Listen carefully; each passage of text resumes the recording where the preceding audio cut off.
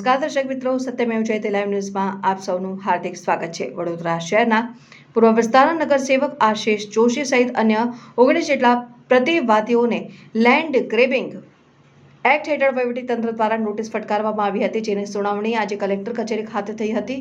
વડોદરાના પૂર્વ વિસ્તારના ભાજપાના બરખાસ્ત થયેલ નગરસેવક સહિત મહાદેવ મંદિરના પૂજારીને લેન્ડ ગ્રેબિંગ એક્ટ હેઠળ વહીવટીતંત્ર દ્વારા નોટિસ આપવામાં આવી હતી, જેની સુનાવણી આજે કલેક્ટર કચેરી ખાતે થઈ હતી, જેમાં 20 પ્રતિવાદીઓમાંથી 11 જેટલા પ્રતિવાદીઓને આપેલ નોટિસ સુનાવણીના અડધા કલાક પહેલા પરત ખેંચી લેવામાં આવ્યા હતા। ઉલ્લેખનીય છે કે વોર્ડ નંબર 3ની ટીપી નંબર 13માં આવેલ રતિલાલ પાર્ક પાસે રહેતા વિવિધ 20 જેટલા વ્યક્તિઓને ગેરકાયદેસર રીતે દબાણ કરી હોવાના આક્ષેપ સાથે લેન્ડ ગ્રેબિંગ એક્ટ હેઠળ કાર્યવાહી કરવા સબબ નોટિસ આપવામાં આવી હતી।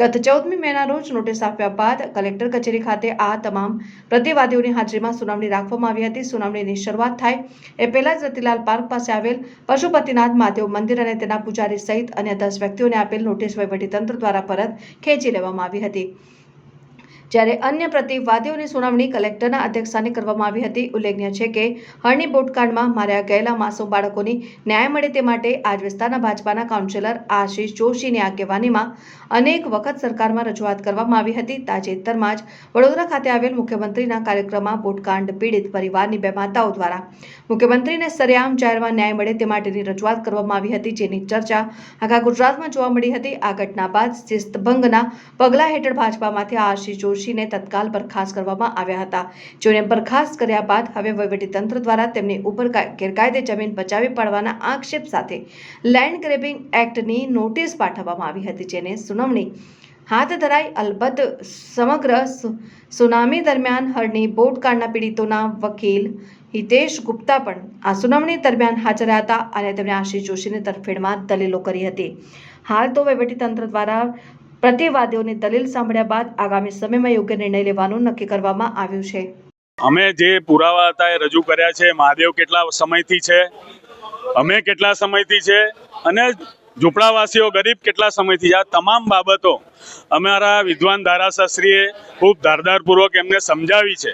અને એનાથી વધારે અમે અમારા જે લેખિત રજૂઆતમાં લખેલું છે કે ફક્ત ને ફક્ત હરણી બોટકાંડમાં ન્યાય અપાવવા માટે જે આશિષ જોશી લડત લડી રહ્યા છે, એમાં હવે ક્યાંક ને ક્યાંક તમામ કોન્ટ્રાક્ટરથી માંડીને તમામ લોકો બહાર છે અને એ બધા જ રાજકીય વગ ધરાવે છે।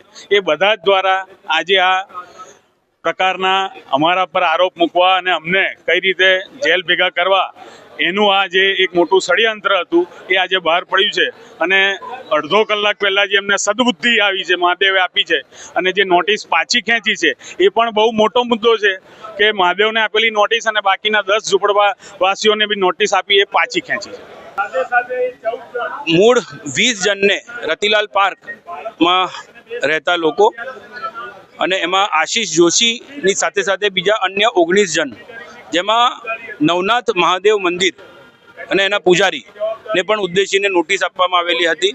પરંતુ આ કાર્યવાહી જે છે એ અમારું ચોક્કસ માનવું હતું કે કોઈક ને કોઈક ભ્રષ્ટાચારીઓના દોરી સંચારથી જ આ આખો એક ટાર્ગેટ કરવામાં આવી રહ્યા છે આશિષ જોશીને। અને આશિષ જોશીને જે આ ટાર્ગેટ કરવામાં આવ્યા એનું પાછળનું મૂળ કારણ કે આશિષ જોશી જે હરણી લેક ઝોનમાં જે 12 બાળકો અને 2 શિક્ષિકાઓના મૃત્યુ થયા એમના માટે જે લડી રહ્યા છે સતત જાન્યુઆરી 2024થી, અને ભ્રષ્ટાચાર થયેલો છે 2015-16-17માં એ ખુલ્લો પાડવા માટે જે લડત આપી રહ્યા હતા, એમાં એમને જે સસ્પેન્ડ કરવામાં આવ્યા, સસ્પેન્ડ કર્યા પછીની આ કાર્યવાહી છે। અને એટલા માટે જ આશિષ જોશીને ટાર્ગેટ કરવાની સાથે સાથે બાકી બધાને કર્યા। પરંતુ 20 જણને નોટિસ આપ્યા પછી સુનાવણી થતાં પહેલાં જ ભૂલ પોતાની જણાઈ આવી કે અમે કંઈક ખોટી નોટિસો આપી છે, એટલે 20માંથી 11 જણને તો નોટિસ આપીને સુનાવણી પહેલાં જ નોટિસ પરત ખેંચી લીધી છે।